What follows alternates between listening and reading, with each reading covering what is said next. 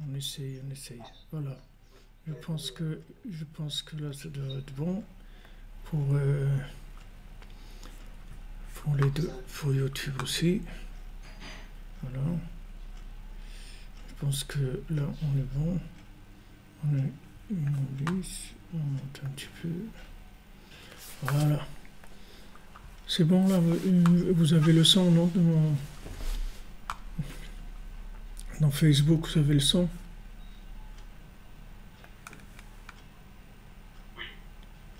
Ok, on a le son. Il y a le son? Ok. Ici aussi. Oui, il y a le son. Ok, ça marche. Donc on y va. On y va. On a mis 5 minutes, 6 minutes pour démarrer. Jamais hasard. Ok. On y va. Donc Bezat Hashem, comme je vous disais tout à l'heure, Baruch Hashem, on étudie les enseignements de Rabbeinu, Rabbi Nachman Feiga, Bezat Hashem. On a la chance de pouvoir parler du Rebbe, de ses enseignements. Donc une refoua shlema pour Raphaël Chaim Ben Dolores Rivka et David Ben Mesoda Cohen, le Rav Israël Yitzhak Ben Fortuné, Dame Janine Bat-Églantine et Sandrine Bat-Janine, tous ceux qui ont besoin de refoua, de Yeshuot, Bezat Hashem. Voilà. Donc hier on était dans la Hitbodedut, donc le lieu, le temps, la nuit, le lieu, essayer d'avoir un endroit qui soit le plus, comme on dit, pas insolite, mais le plus solitaire possible. Le plus solitaire possible. Alors, Rabbeinu parle ici de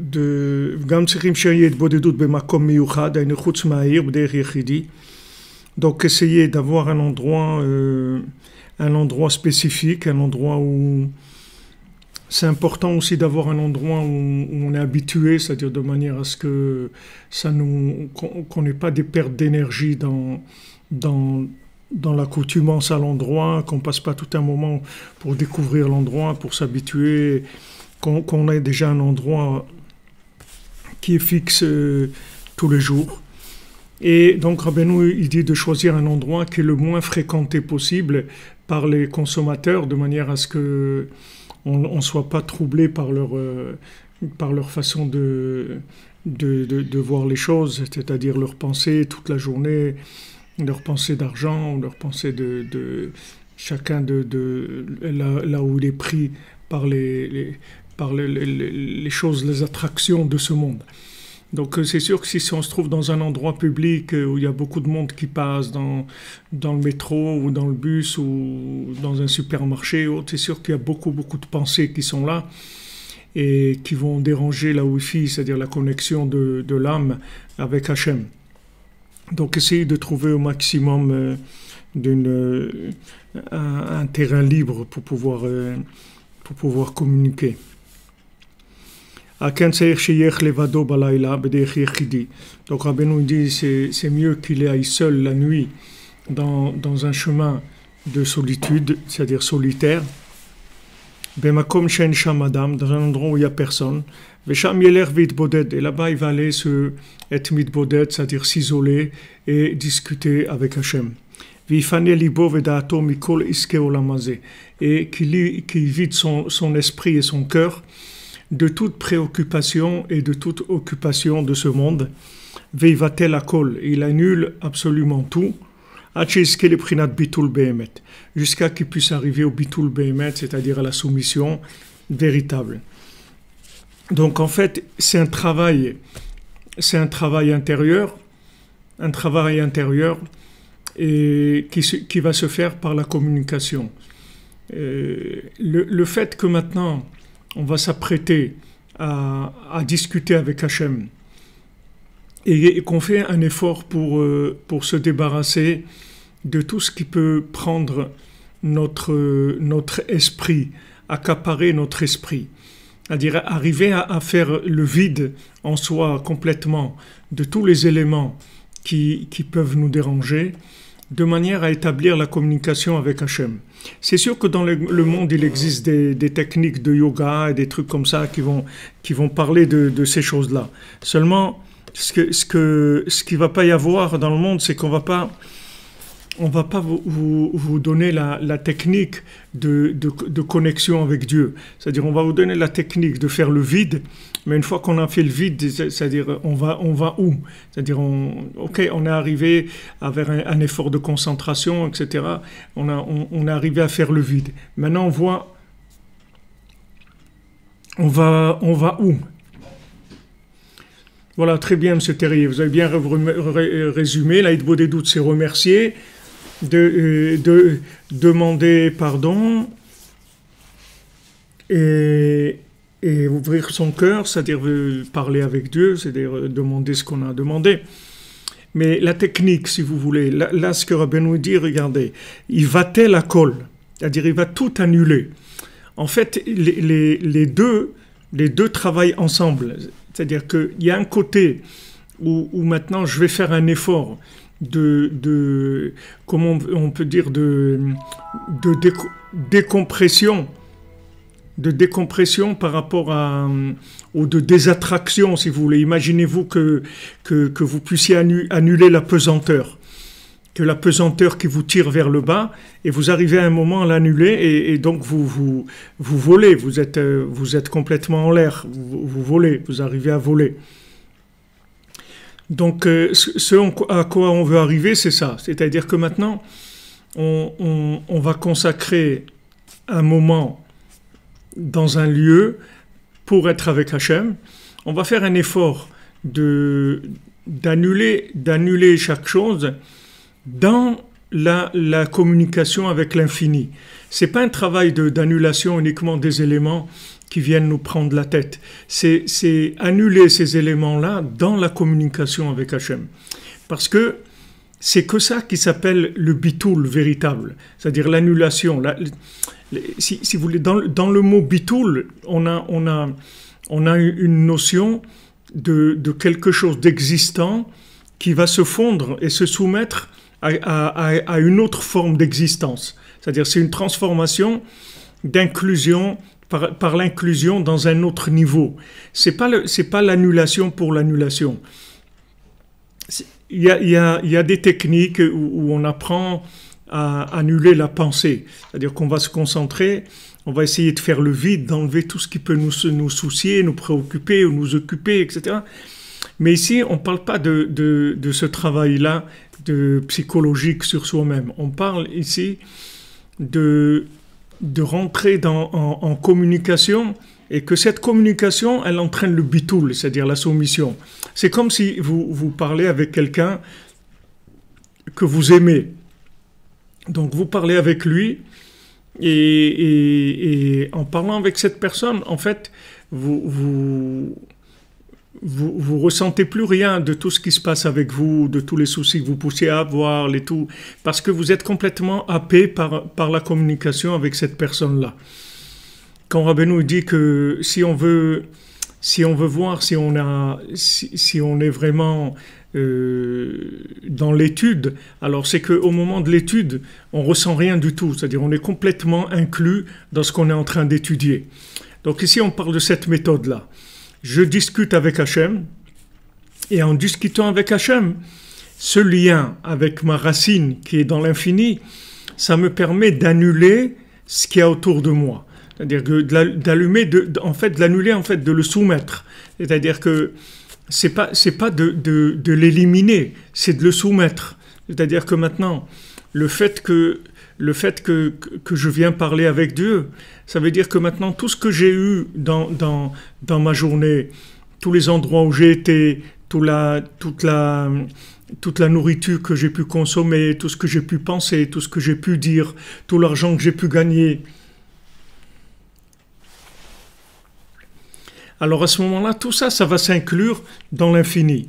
Et ça va être la réparation de ces choses-là. Donc Rabbeinu, il donne ça comme méthode. Le fait que maintenant on est en train de parler avec Dieu et qu'en fait Dieu, il représente le bien qui est en moi, qui est mon âme, c'est-à-dire qui est mon âme et qui est comme si vous voulez une puce une SIM card, c'est-à-dire une puce qui communique avec l'infini, c'est-à-dire qui fait partie de l'infini. Donc, lorsque je rentre en communication, c'est-à-dire je fais communiquer le bien que j'ai en moi avec l'infini, à ce moment-là, tout ce qui est autour de moi, ça va disparaître automatiquement, c'est-à-dire ça va pas être anéanti, ça va s'inclure, c'est-à-dire ça va avoir une élévation. C'est, si vous voulez, c'est comme un système pyramidal, c'est-à-dire quand je vais inclure le haut de la pyramide, qui est ma parole, puisque la parole humaine, c'est ce qu'il y a de plus élevé dans l'homme, c'est sa parole. Donc quand il va utiliser sa parole pour communiquer avec Dieu, en fait tout ce qu'il y a dans la pyramide en dessous, tout ça, ça va s'inclure, ça va s'inclure avec lui dans Dieu. Et automatiquement, tout le bien qu'il y a dans tous ces éléments-là va se libérer et va pouvoir avoir sa réparation et s'inclure dans l'infini. Donc on a ici une méthode de réparation qui est par l'inclusion dans l'infini, qui veut dire aussi éterniser tout, c'est-à-dire tout inclure dans l'éternité. Du moment où j'utilise le plus haut niveau qui est en moi, qui s'appelle la parole, pour communiquer avec Dieu, à ce moment-là, tout ce que j'ai pu glaner et tout ce que j'ai pu fréquenter dans la journée, là où j'ai été, ce que j'ai mangé, l'argent que j'ai gagné, toutes les paroles que j'ai dites dans mon travail, tout ça, ça s'inclut. Alors cette méthode-là, Rabbeinu, il en fait part dans plusieurs endroits, sous plusieurs angles. Il dit que, par exemple, vous discutez avec quelqu'un, comme on dit, de tout et de rien. C'est-à-dire, vous discutez avec quelqu'un et maintenant, cette discussion, ça parle pas de choses qui soient spécialement en lien avec l'infini. On peut parler de sport, on peut parler de business, on peut parler... Ok, on a une discussion comme ça. Maintenant, il suffit que dans cette discussion-là, à un moment, il y ait une parole qui concerne l'infini, c'est-à-dire qui concerne Hachem, qui concerne mon âme, qui concerne le tzaddik, qui concerne la réparation du monde. Cette parole-là, elle va réparer toutes les paroles qu'on était en train de dire, qui étaient des paroles en fait profanes, c'est-à-dire qui n'avaient rien à voir avec le but. Mais du moment où de cette discussion-là, il est sorti une parole qui a rapport avec l'infini, cette parole qui a rapport avec l'infini, elle va pouvoir réparer toute la discussion qui a été dite. Donc Rabbi Nachman, il amène ça sous plusieurs angles, dans plusieurs choses. Il dit pour la prière, c'est pareil. Il dit tu peux prier pendant des jours et des jours, tu as l'impression que ta prière, elle est pas montée. Il dit à un moment, tu vas dire un mot, que ce mot-là, il va communiquer, il va monter. Et en montant, il va faire monter toutes les prières qui étaient là en attente de pouvoir s'élever. Donc on va trouver souvent cette notion-là. Il dit pour le travail, c'est pareil. Maintenant, vous allez travailler. Okay, vous rentrez dans le monde des affaires, dans le monde de l'argent. Ça veut dire, en fait, comme Rabbi Nachman dit, dans le monde des excréments. Puisque c'est le monde de l'argent, on voit bien qu'est-ce que ça fait dans le monde. Donc on rentre dans ce monde-là. Il y a une façon de pouvoir sortir indemne de ça, et même plus que indemne, sortir avec des bénéfices véritables, des bénéfices éternels, c'est de dire que quand je vais travailler, en fait, moi je vais travailler pour donner de la tzedaka, c'est tout. Je vais pas travailler pour gagner de l'argent, je vais travailler pour gagner, oui, mais pour pouvoir donner la tzedaka. Donc maintenant, quand je vais j'annonce la couleur, comme on dit, avant d'aller travailler. Je dis voilà, moi je vais donner pour pouvoir rétablir dans le monde la justice en donnant à ceux qui n'ont pas, ou en donnant pour les œuvres qui sont des œuvres qui sont incluses dans l'infini, de la diffusion des paroles du tzaddik. Voilà pourquoi je donne. Ça va faire que tout ce que je vais faire dans mon travail, toutes les paroles, tous les mouvements, toutes les actions, tout ce que je vais faire dans mon travail, tout ça va s'inclure dans l'infini, puisque j'ai annoncé que maintenant mon but c'est d'arriver à ça. Et aussi tout ce que je vais gagner pour moi aussi, c'est-à-dire l'argent que je vais utiliser pour moi-même, pour vivre, pour acheter ce que j'ai besoin, etc.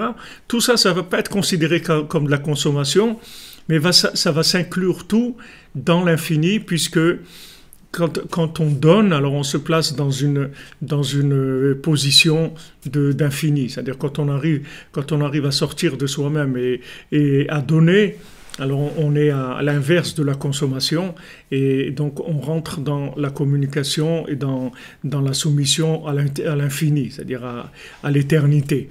Donc Rabbi Nachman, il donne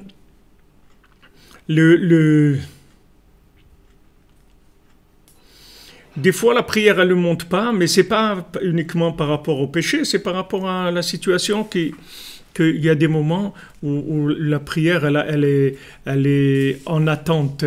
C'est-à-dire que, comme il dit le Zohar, zimnin delo sham'eh. Des fois, dans le temps où on a prié, ça ne monte pas. Mais elle va monter, la prière. Il n'y a aucune prière qui ne monte pas. Seulement, des fois, c'est décalé. Vous avez besoin de quelque chose, vous priez aujourd'hui et la prière, elle va monter que dans une semaine. Le dossier, il va monter que dans une semaine. Il y a plusieurs facteurs qui permettent. Mais toute prière est acceptée. Il n'y a aucune prière qui ne monte pas. Du moment où on s'adresse à Dieu, ça monte. Toutes les prières vont monter, mais des fois, c'est pas dans le temps où j'aurais espéré, je voulais tout de suite, ou je voulais dans une semaine ou dans un mois. Et des fois, j'attends. Mais la prière, c'est sûr qu'elle monte. Il y a aucun souci là-dessus. Donc, si vous voulez, notre système de vie, il est construit de cette façon-là, comme une pyramide, et on va vers le haut. C'est-à-dire qu'on cherche toujours le point culminant, et le point culminant, il inclut le reste. Comme si vous prenez une vue aérienne, si vous voulez. Quand vous montez, vous avez une vue aérienne. Donc plus vous montez haut, plus vous avez une vision globale des choses. Donc dans ce qu'on fait toute la journée, c'est très important d'avoir un moment de communication avec Hachem. C'est primordial, parce que c'est pas primordial c'est pas par rapport uniquement à la Hitbodedut elle-même, à la discussion avec Hachem elle-même. Si vous voulez, ça c'est une partie de la chose. Mais le principal de la chose, c'est le bitoul de tout, c'est-à-dire le fait que tout s'inclut dans Hachem. C'est pour ça que Rabbi Nachman est garanti, il dit que si tu parles avec Hachem tous les jours, alors ta journée elle est réparée. Pourquoi ta journée est réparée? Parce que du moment où tu arrives à utiliser ta parole pour communiquer avec Dieu, tout ce que tu as comme énergie en toi, qui proviennent des choses que tu as fréquentées dans la journée, que ce soit la parole, que ce soit ce que tu as vu, ce que tu as mangé, ce que tu as gagné, ce que tu as fait, etc. Tout ça, ça s'inclut dans l'infini par le fait que maintenant ça passe par la parole. Comme il est écrit que Kol hanechalim olchim el hayam. Toutes les rivières, elles vont vers la mer, elles se déversent vers la mer. Et nos sages disent que tout ce que quelqu'un fait, tout ce qu'il fait dans ce monde, tout ce qu'il voit, tout ce qu'il entend, tout ce qu'il touche, tout ce qu'il mange, tout ce qu'il fait dans ce monde, tout ça passe par la bouche après. Tout ça sort par la bouche. Tout ce que vous pouvez faire, ça va sortir dans votre bouche. Tout ce que vous avez fait, ce que vous avez vu, ce que vous avez mangé, ce que vous avez agi, là où vous êtes promené, là où vous êtes... Tout, ça passe par la bouche. Toutes les rivières, elles vont dans la mer, c'est-à-dire que tout ce qu'on fait, ça passe par la bouche. Donc c'est tellement important de faire attention à ce qui va sortir de notre bouche pour arriver à à réparer tout ce qu'on a à réparer. Et bien sûr, dans l'inverse, si on utilise Chas v'Shalom la bouche pour de la shonara ou des choses comme ça, ou du mot tshemra, qu'on sort sur quelqu'un, des choses qu'on dit du mal de quelqu'un, alors ça déconnecte complètement, puisque quelqu'un qui fait du lashon hara sur quelqu'un d'autre, ou que mot tshemra, c'est-à-dire il dit des paroles comment on dit, diffamation, il y a un mot, bon, j'ai oublié. C'est-à-dire qu'il parle du mal de quelqu'un. En fait, en parlant du mal de quelqu'un, il se déconnecte. Quand quelqu'un il parle du mal de quelqu'un d'autre, alors il se déconnecte de Dieu. Donc, si vous voulez, le résultat, c'est qu'il perd la connexion Wi-Fi avec toutes les conséquences que ça peut avoir sur lui, c'est-à-dire de l'empêcher d'avoir une élévation de tous les éléments avec lesquels il est en rapport dans ce monde, puisque maintenant on est là que pour ça, c'est-à-dire on est dans ce monde-là que pour faire du recyclage de matière et d'enlever l'emballage de la matière pour libérer les éléments de sainteté qui se trouvent dans la matière. Donc si quelqu'un il parle du mal, il commence à dire des paroles qui sont des paroles diffamatoires, ça... Attendez, je vois, les gens ils disent qu'ils n'ont pas de son. De la calomnie aussi, on peut dire de la calomnie. Et voilà, vous êtes bloqué, notre ami Rouven, par les manifestations. Et nous aussi, on manifeste qu'il y a Hachem dans le monde et que le monde va devenir extraordinaire et merveilleux et qu'on est en train d'agir pour ça. Donc, et si vous voulez, c'est tellement important la parole parce que c'est l'outil décisionnaire, c'est-à-dire décisif par rapport à tout ce qui est avant. En fait, tout ce qu'il y a derrière, ça attend la réparation par la parole. Maintenant, on va aller, on a fait quelque chose, on a construit, on a tout ce que vous voulez. On a fait des tris dans ce monde, des choix, de la construction, de tout ce que vous voulez. Tout ça, à un moment, ça va arriver à la parole. C'est-à-dire tout, ça va arriver à la parole. Et dans la parole, c'est là où ça va devenir décisif. C'est-à-dire que si la parole est orientée dans la discussion avec Hachem, avec la plus grande honnêteté et la plus grande disponibilité de cœur et d'esprit, à ce moment-là, tout s'inclut dans Hachem, tout est réparé. Donc tout attend, si vous voulez, la parole. Tout attend d'arriver à la parole. Une fois que la chose est arrivée au niveau de la parole, alors là, c'est réparation totale. Pour ça, c'est parce que Hachem, il a créé le monde avec une parole, c'est-à-dire des paroles. La parole a été l'outil de la création. Donc quand j'arrive à remettre toute la création en parole, j'ai ramené toute la création à ce qu'elle était au point de départ, c'est-à-dire ce qu'elle était avant. Donc c'est tellement important d'avoir des paroles positives c'est-à-dire que quelqu'un, même si quelqu'un il a un comportement négatif par rapport à ce monde, c'est-à-dire qu'il a un rapport de profit, de consommation, de plaisir, de désir, tout ce que vous voulez avec ce monde, du moment où il consacre un moment de discussion avec Hachem, toutes ces choses-là, elles s'optimisent et elles se positivent. Toutes ces choses-là, elles s'optimisent. Alors que si maintenant, il n'utilise pas la parole, toutes ces choses-là, elles restent avec leur apparence, si vous voulez, négative. Parce que le négatif, c'est une apparence. N'oubliez pas que le négatif, il n'a pas de réalité. Le négatif, c'est une apparence, c'est tout. C'est comme vous dites l'obscurité.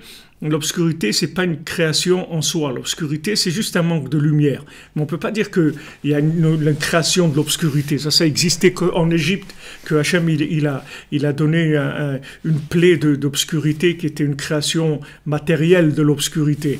Mais l'obscurité, c'est un manque de lumière. On ne peut pas dire que l'obscurité en elle-même, elle a une fonction, c'est-à-dire une raison d'être qui a une racine. Elle n'a pas de racine. L'obscurité, elle est là parce qu'il n'y a pas de lumière, c'est tout.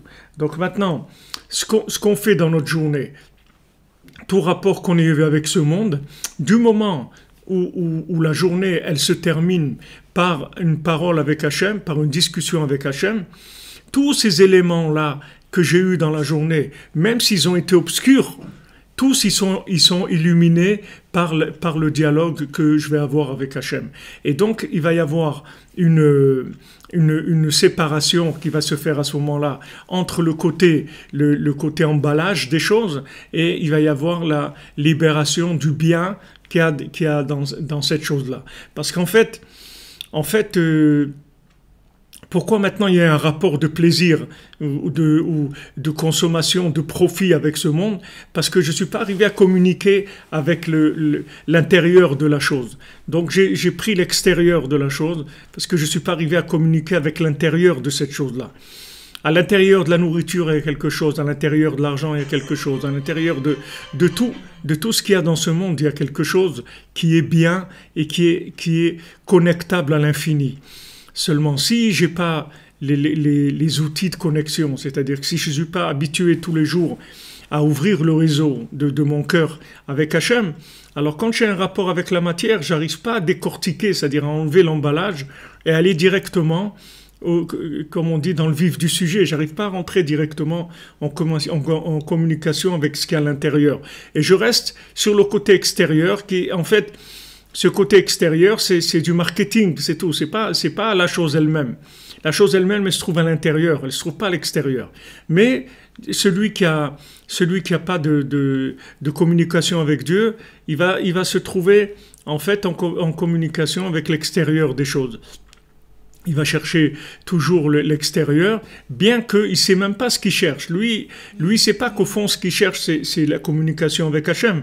Mais il se rend pas compte. Ils ne se rendent pas compte. Donc, il va communiquer avec l'emballage des choses, mais il n'a pas été derrière cette chose-là. Et ça, c'est valable à notre niveau, à nous, primaire, c'est-à-dire là où on se trouve, mais ça se trouve aussi à tous les niveaux. À tous les niveaux. C'est-à-dire que même les plus grands tzadikim, même qu'ils ont des visions d'Hachem qui sont très élevées, même là où ils se trouvent, il y a encore un emballage. C'est-à-dire parce qu'il y a encore, pour eux, à leur niveau, il y a une possibilité d'approfondir. Donc c'est pour ça que Rabbi Nachman, il parle de renouvellement permanent. Pardon.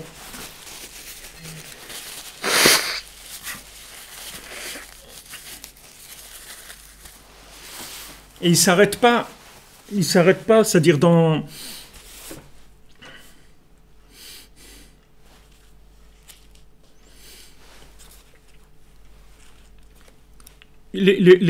Si vous voulez, Rabbi Nachman, ce qu'il dit, c'est ne t'arrête pas, c'est-à-dire que maintenant, tu as compris quelque chose, ok, mais sache que ça bouge, que les choses, elles évoluent. Donc en fait, la chose que tu as découverte, si tu la renouvelles pas, ça devient elle-même un emballage. Parce que chaque vision des choses, elle se transforme, dès qu'elle est comprise, elle se transforme en emballage, c'est-à-dire en emballage de quelque chose de nouveau. Il y a toujours quelque chose de nouveau. Rabbi Nachman, il dit, il y a toujours que du niveau, exactement. Comme vous dites, M. Idriss, actualisation du Echad. Tout à fait, mise à jour du Echad. Il y a une mise à jour du Echad tout le temps. Donc, même si vous avez découvert quelque chose de bien, c'est vrai, au moment où vous l'avez découvert. C'est-à-dire la vie, elle a une évolution permanente, c'est-à-dire elle ne s'arrête pas. Et quand vous avez découvert quelque chose, c'est très beau, c'est très mignon, c'est extraordinaire, mais c'est passé déjà. C'est-à-dire que maintenant, on va vers quelque chose de nouveau. C'est pour ça que Rabbeinu dit que c'est interdit d'être vieux. Être vieux, ça veut dire vivre sur ses acquis. C'est ça qui s'appelle être vieux. Être vieux, ça veut vivre sur ses acquis, c'est-à-dire être, au lieu d'aller de l'avant, utiliser le stock. Il ne faut pas utiliser le stock, il faut rentrer dans le bitoul dont Rabbeinu parle ici, c'est-à-dire si je veux savoir, si je veux découvrir de la connaissance, il faut que j'annule ce que je sais. Si j'annule pas ce que je sais, je ne pourrai pas découvrir de la connaissance. Parce que le maximum, c'est que je vais trouver des applications de ma connaissance. Mais les applications de ma connaissance, ce sont uniquement des développements, si vous voulez, qui sont extérieurs, qui sont de ce monde.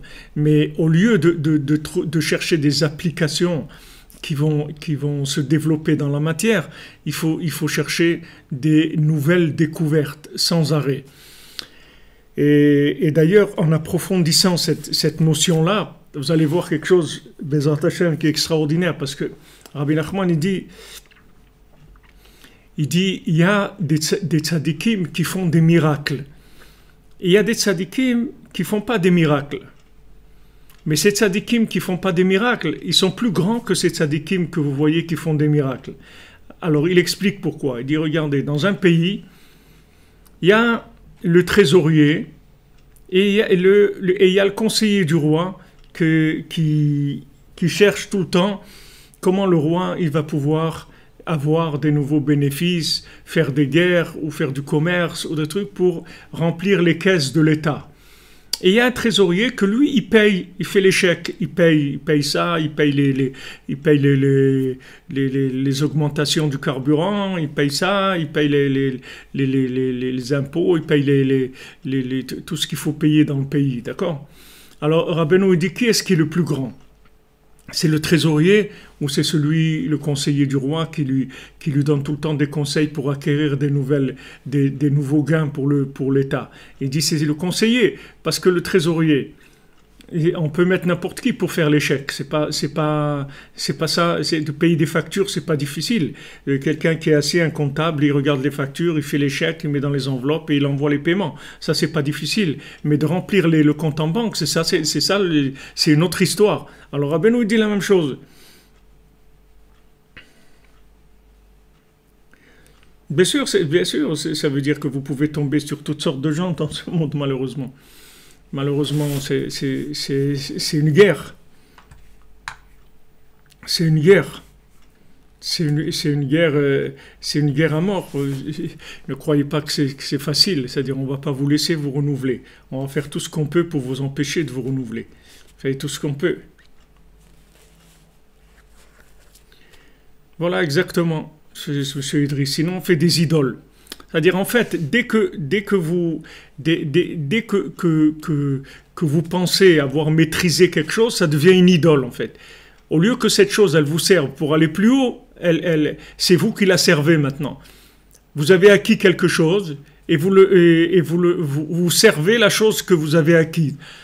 Alors que normalement, cette chose-là, c'est un escalier qui vous permet d'aller vers... C'est une marche, si vous voulez, qui vous permet de monter. Et maintenant, si vous voulez, vous pouvez rester sur cette marche-là. Mais plus, c'est plus une marche. Parce que la marche, elle est faite pour marcher, pour avancer. Maintenant, si vous installez sur la marche, ça devient une résidence.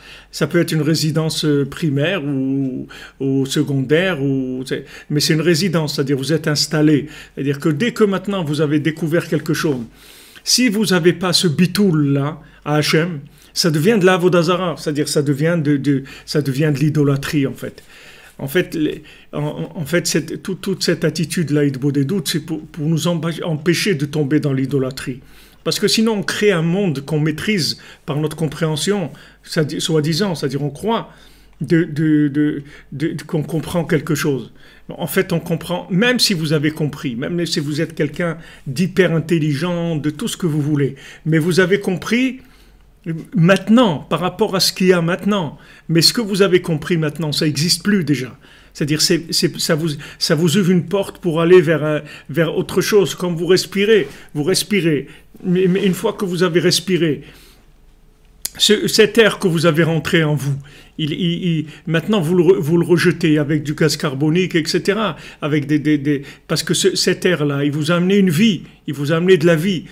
Quand il rentre et quand il ressort, il est pollué. Et voilà, on fait ça toute la journée. On rentre de l'air pur, on ressort de l'air qui a déjà pollué, sans arrêt comme ça.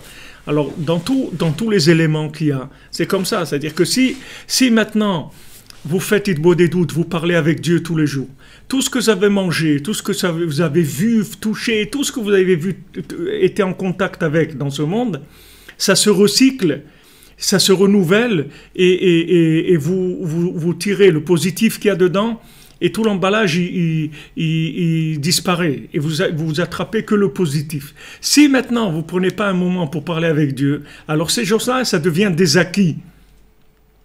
Ça devient des acquis. Et ces acquis-là, ils pourrissent. C'est-à-dire qu'ils créent de la pourriture après. Parce que quelqu'un qui ne renouvelle pas son esprit, qui ne renouvelle pas sa connaissance, qui ne renouvelle pas son émotionnel, tout, dans quoi il va tomber? Il va tomber dans des choses de destruction après. Dans de la tristesse, dans du souci, dans de la désillusion, dans la déception, dans tout. Vous avez fait des choses extraordinaires avec des gens, vous avez vécu un moment super et tout. Ok, on passe à autre chose, on avance. Sinon, après, vous allez être déçu parce que vous allez voir les choses, vous dire, ouais, mais voilà, après, comment c'est devenu, etc. Non, il faut pas. Ce qu'il y a eu, c'est extraordinaire. Ok, on passe à autre chose, c'est tout. Mais pour tirer la force de ça, il faut arriver à faire ce que Rabbeinu dit ici, de parler avec Dieu. Parce que du moment où je viens parler avec Dieu, tout ce que j'ai eu, ça s'inclut dans l'infini. Tout.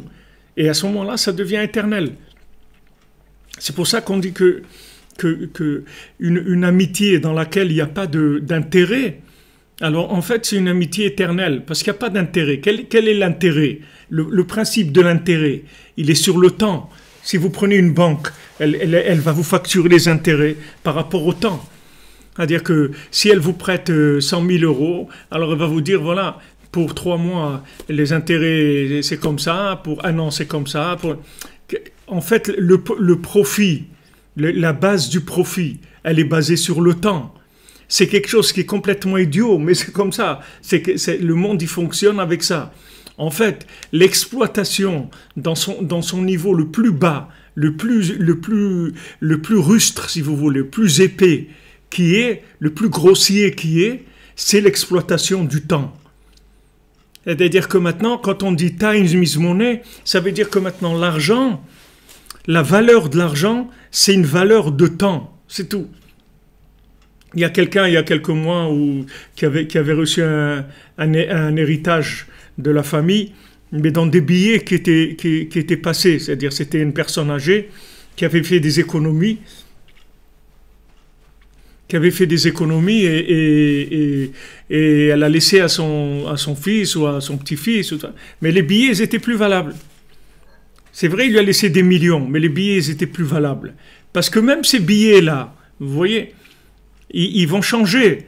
Donc après, il y a un moment où ils ne valent plus rien, les billets. Mais pourtant, à un moment, ils avaient une valeur. Voilà, cette personne, elle a hérité des millions. C'est vrai, elle est millionnaire en billets qui ne sont plus valables aujourd'hui. Donc, si vous voulez, le monde, il fonctionne comme ça. C'est-à-dire que maintenant, si vous suivez pas une cure permanente de renouvellement, vous vous trouvez avec des billets que vous ne pouvez plus rien acheter avec, parce qu'ils n'ont pas de valeur.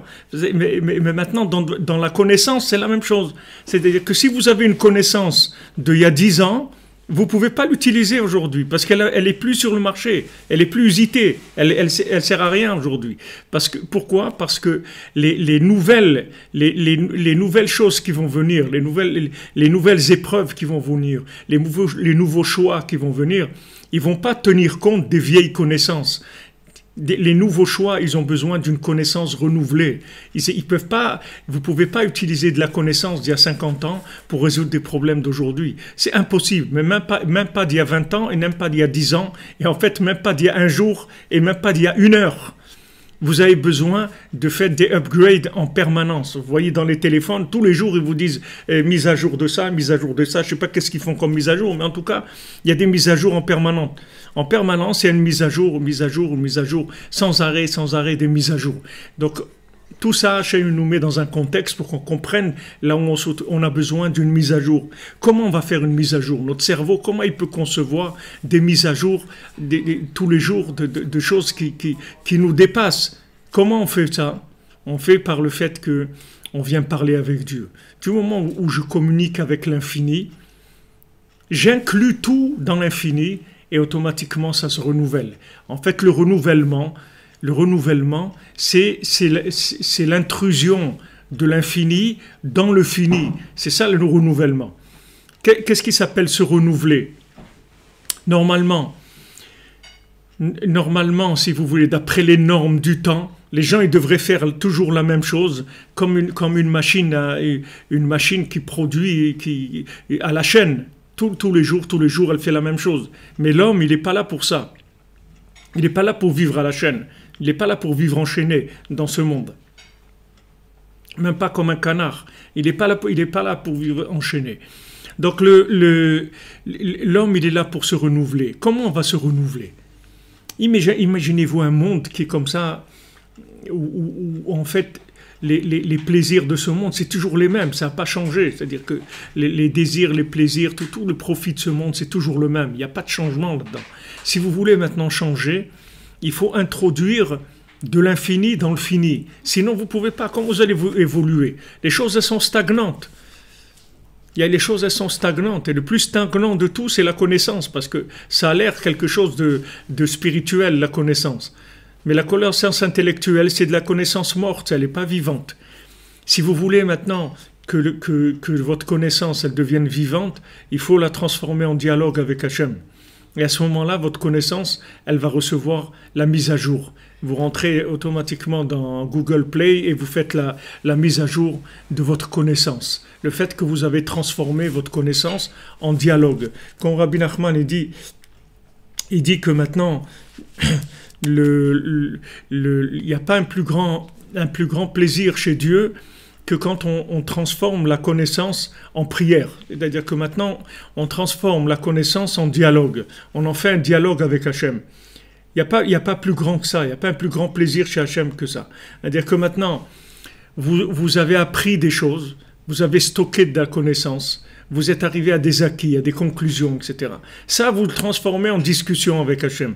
C'est-à-dire, vous prenez ces images, ces conclusions, toutes ces choses-là qui sont à l'arrêt, et vous incluez dans l'infini par la discussion avec Dieu.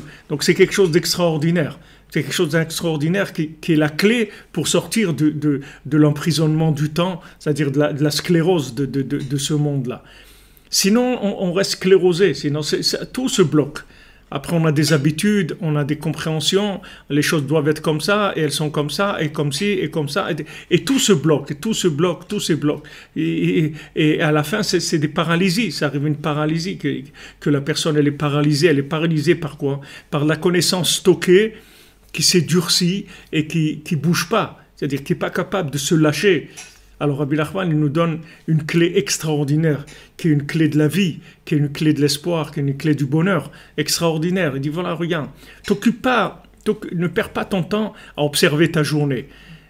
Fais ce que tu as à faire et consacre un moment où tu vas parler avec Dieu. Quand tu vas parler avec Dieu, tout ce que tu as eu dans ta journée, ça va s'inclure dans l'infini, ça va se renouveler. Pour ça que Rabbi Nachman, il dit, si tu as fait de beaux des doutes, comme il faut, normalement, quand tu sors de là et de des doutes, tu sors vers un monde nouveau. Tu vas voir tout le monde nouveau. C'est un monde nouveau. Parce que tout ce que tu avais, tu l'as renouvelé. Tu n'es pas dans l'exploitation de stock. Tu renouvelles tout. Tout est nouveau, entièrement nouveau. Donc c'est une clé qu'il nous donne. En fait, tout ce qu'on a dit maintenant, ça s'inclut dans ces paroles-là. C'est-à-dire, ça vient des paroles que Rabbeinu dit ici. Il doit vider son cœur et son esprit de toutes les occupations de ce monde. Il va tout annuler à l'infini. Comme on dit dans le Shabbat, Vaïchoulou, ça veut dire terminer. Vaïchoulou, ça veut dire détruire. Ça veut dire ça y est, c'est fini. On détruit tout. Qu'est-ce que ça veut dire on détruit tout? C'est pas l'apocalypse de rentrer dans Shabbat. On détruit tout, c'est-à-dire qu'on jette tous les emballages, on prend le bien, on prend le positif et on jette les emballages. C'est ça l'entrée dans Shabbat. C'est-à-dire que quand je rentre dans Shabbat, en fait, je me débarrasse de tous les emballages. C'est pour ça que je dois mettre des habits nouveaux pour le Shabbat. Et il y a même des gens qui ont des habits, tous les vêtements qu'ils mettent Shabbat, c'est que des vêtements de Shabbat. Ils ne les mettent jamais dans la semaine parce qu'ils veulent complètement mettre les habits de l'autre monde, c'est-à-dire du monde shabbatique. Donc quand on rentre dans Shabbat, il y a cet affrontement-là, comme il est écrit dans les Sfarim, il y a tous les emballages qui veulent rentrer avec nous dans Shabbat. Et il y a une guerre, le vendredi après-midi, il y a une guerre entre l'emballage et l'intérieur. C'est-à-dire l'intérieur va s'inclure dans l'infini et l'emballage il veut rentrer aussi. Alors quand l'emballage il veut rentrer aussi, il faut le tenir à l'extérieur. Alors Rabbi Nachman il donne plusieurs conseils pour ça, notamment quand on se lave la veille de Shabbat, de se laver précisément avec de l'eau chaude, parce que l'eau chaude, ça va tenir les emballages en bas et ça va permettre de faire monter que le bien. Il y a aussi la paracha qu'on fait, qui est écrit dans le Shulchan Aruch, on doit lire la section de la Torah de la semaine avec l'araméen qui va avec, parce que l'araméen, c'est un langage intermédiaire entre l'hébreu et les langues profanes, c'est-à-dire l'araméen il est fait de ces deux langues-là. C'est une langue de transfert, si vous voulez. C'est une langue de transfert parce que elle est en même temps, elle est une langue profane des 70 langues, et en même temps elle est une langue de Lashon HaKodesh, c'est-à-dire de la langue sacrée de l'hébreu. Il y a les deux dedans. Donc quand on lit, en fait, la veille de Shabbat, on lit la paracha, la section de la semaine, avec le Targum, en fait, on fait passer, si vous voulez, tous les éléments qui sont des éléments entièrement optimisés, positifs, on les fait passer vers l'infini. Et tout ce qui était le côté emballage qu'il y avait dans la chose, ça reste dans le fini, vous voyez. Donc, cette entrée dans Shabbat, c'est un moment extraordinaire et très important. Mais il faut savoir que ça se fait tous les jours, dit Rabbi Nathan.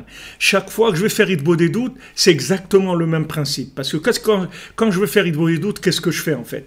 En fait, je vais maintenant me retirer de ce monde, d'accord? Normalement, time is money. Donc si maintenant je fais 1 heure d'Hitbodedut, j'ai perdu 1 heure de travail où j'aurais pu gagner de l'argent, d'accord?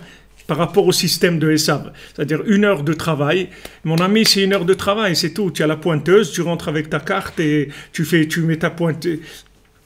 Voilà, exactement, c'est un pont. C'est un pont, comme vous dites, Idriss, c'est très bien. C'est ça, le truc, c'est un pont. Maintenant, quand je vais faire Hitbodedut, cette heure-là, c'est dommage pour Esav, parce que c'est une perte de rentabilité. En 1 heure, on peut produire. Si vous avez une usine de Coca-Cola ou truc, on ne peut pas s'arrêter 1 heure. Sinon, si on s'arrête 1 heure, il y a 20 000 bouteilles qui manquent. Donc 20 000 bouteilles de Coca, on peut gagner 10 000 $, truc, c'est dommage de les perdre.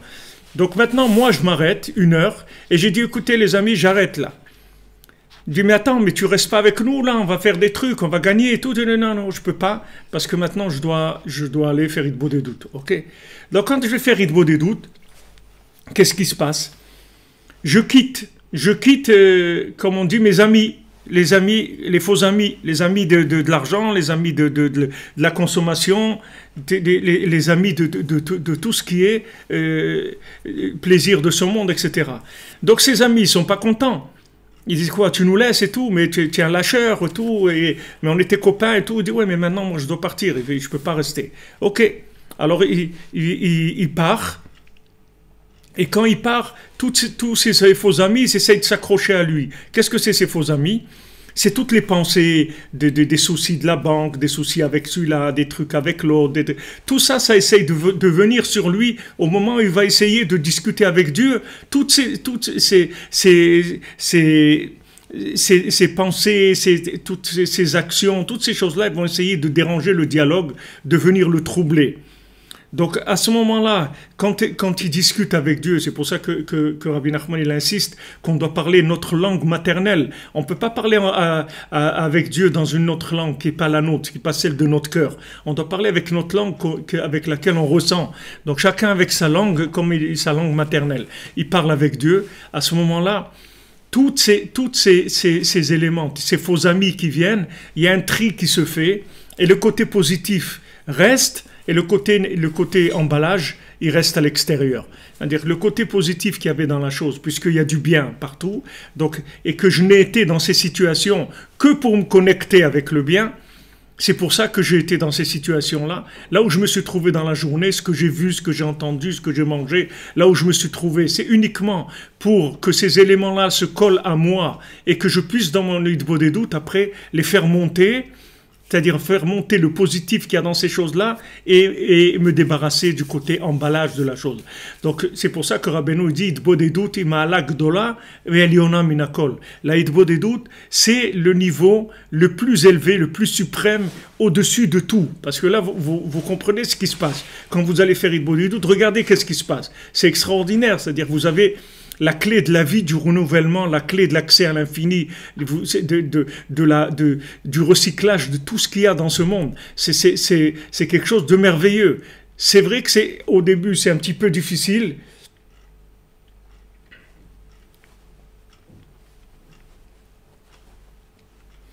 Ah, Dominique Leroux, vous dites quoi? La vacuité, je ne connais pas, mais c'est vacuité, un espace libre dans le flot incessant des pensées et permet autre chose qui s'y insère. Et exactement, c'est-à-dire vous faites un vide, vous créez une zone, vous créez une zone de disponibilité, si vous voulez, et dans cette zone de disponibilité, il va y avoir tout le bien qui va pouvoir s'évacuer par là. Tout le bien va pouvoir s'évacuer par cette zone-là de disponibilité. Parce que sinon, le monde est plein de lui-même. C'est-à-dire, tout est plein de lui-même. C'est-à-dire, tout le monde est rempli de lui-même. Tout le monde, il est plein. Demandez à tout le monde, est-ce que tu as le temps? Il n'y a personne qui a le temps. Il n'y a personne qui a le temps. Il n'y a personne. Il n'y a que, comme dans les contes des 7 mendiants, vous allez voir là-bas, le cœur est la source. C'est eux qui fabriquent le temps du monde.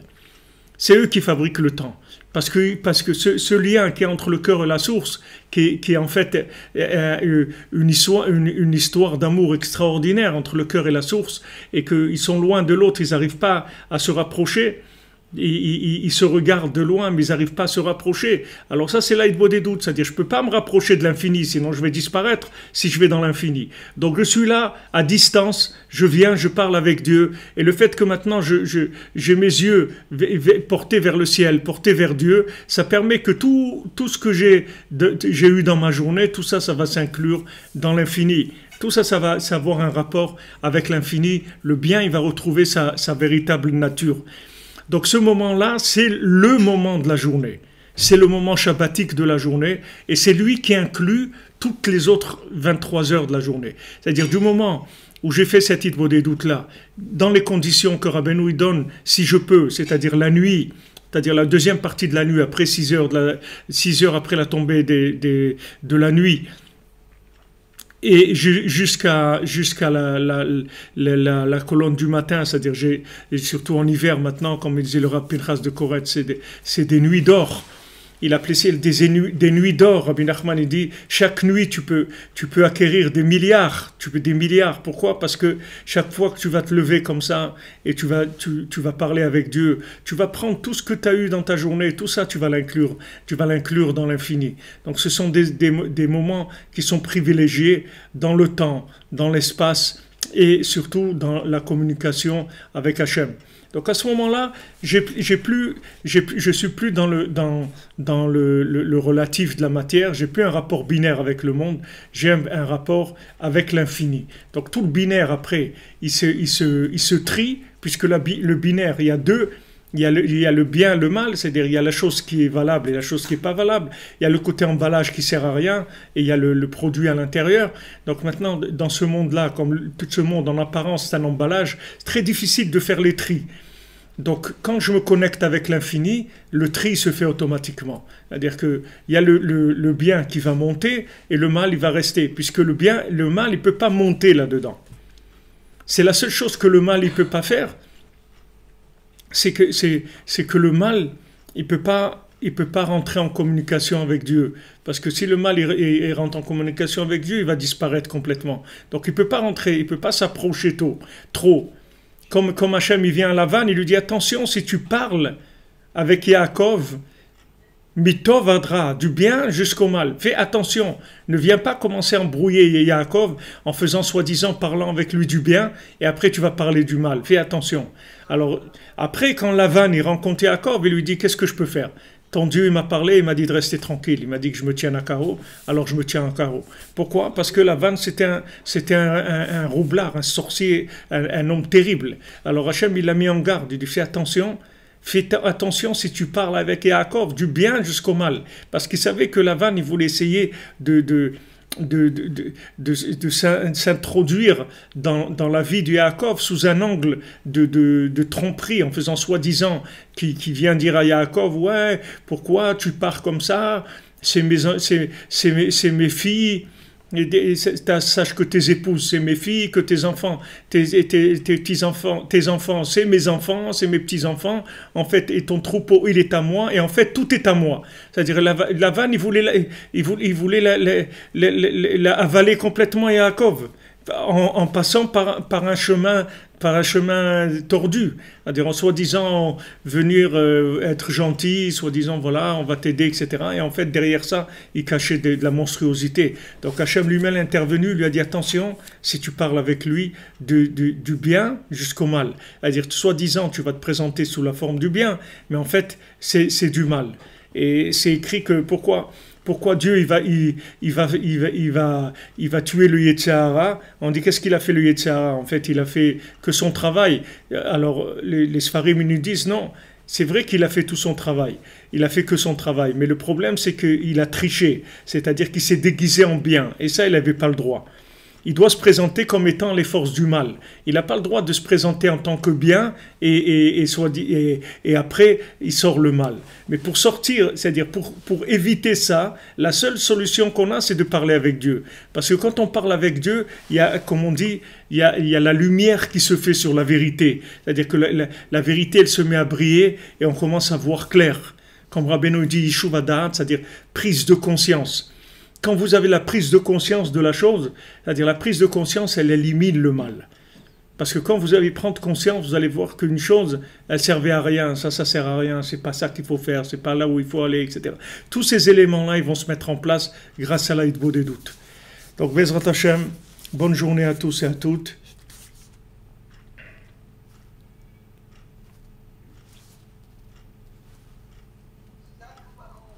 Be'atzlacha. Que des bonnes nouvelles. Merci de votre présence, merci de votre soutien, merci d'être là. Et on continue, les amis. On continue, on avance.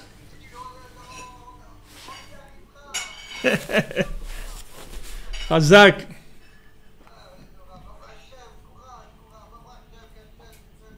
Que des bonnes nouvelles.